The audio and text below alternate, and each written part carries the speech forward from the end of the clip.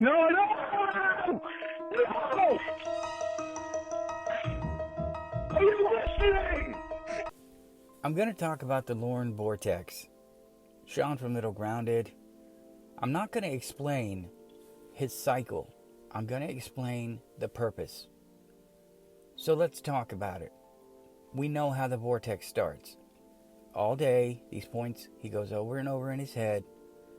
When he finally gets him on the phone, everything he's been rehearsing, because a lot of bipolar people will talk out loud and rehearse what they're going to say. So he gets him on the phone, and he's got all of these things that were bothering him. And every time he can't get any further with an argument, he'll switch. Now, that's not what I'm talking about. I'm just setting the stage, okay? So I know you've heard some of this before. So when he switches, he'll pour it on even harder. And you may hear it a little differently. Unlike the Room 69 Gabby call and the a sweatshirt with the letter D representing Dan. He says it over and over, and when he does that, you know he's been rehearsing that. Whether it be rehearsing it verbally or when he's on the phone, not hearing a damn word they're saying and just repeating that in his head, waiting for them to be quiet. But the purpose, the true purpose of the Lorne Vortex is a little more complex. And it's also simple at the same time. I don't know if that makes any sense. I don't care. But a bipolar person will do this.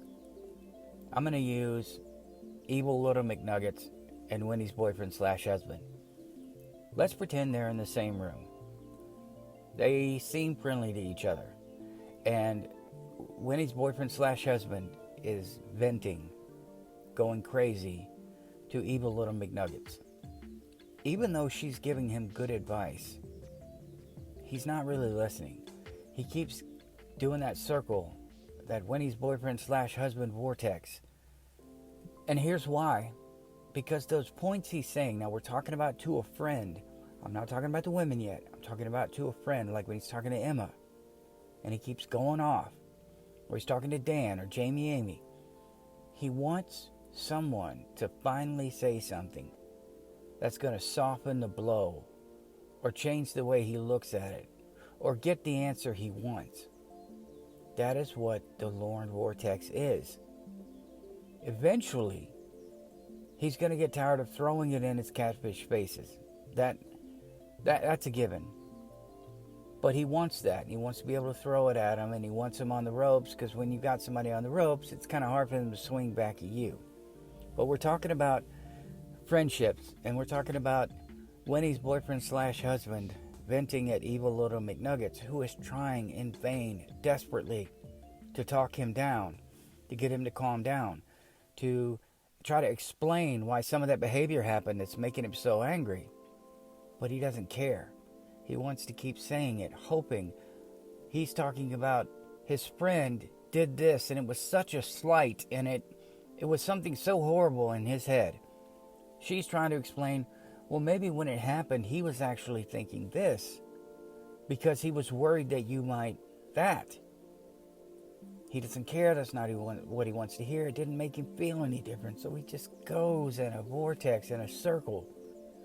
Now, if Winnie's boyfriend slash husband was talking to his girlfriend slash wife, Winnie, he would be doing that because he doesn't want her to soften the blow. He wants a different answer. He wants a defeated sounding answer from her. If he can elicit, if he can pull anger out of who he's talking to, that's a plus.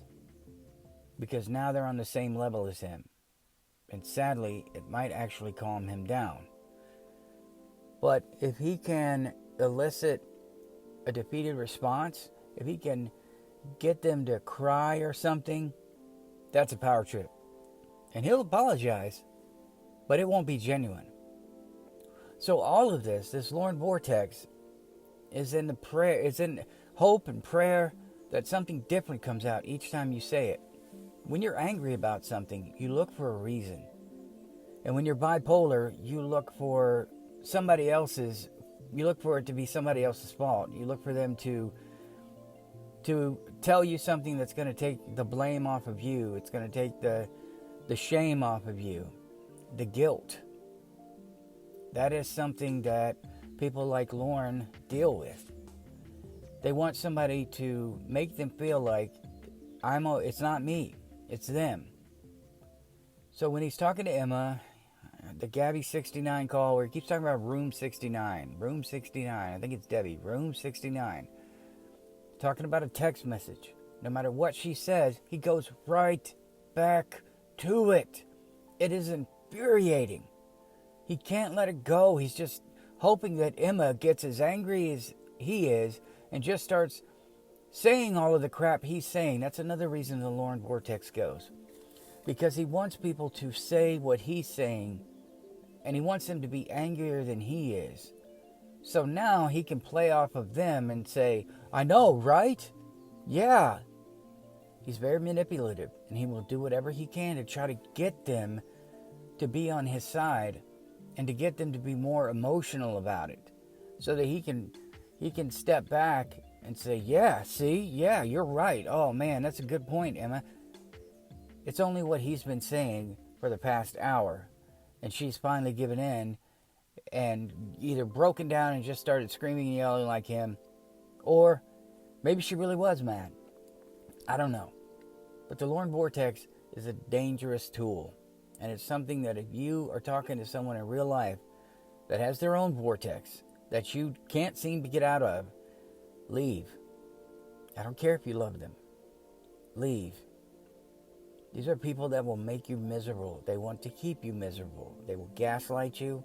They will do whatever they can to get the answers they're looking for, to lessen impact, and that's the ultimate goal. Take the blame off of them, make you just as angry as they are. Share their misery and share their emotion.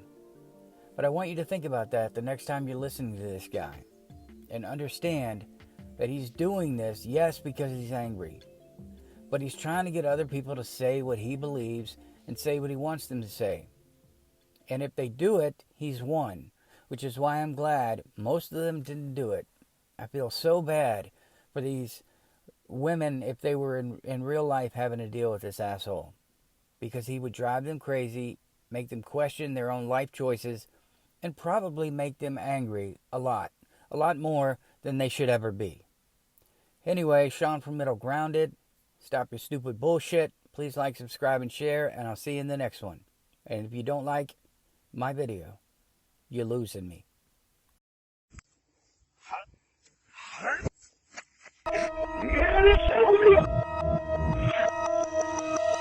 Yeah,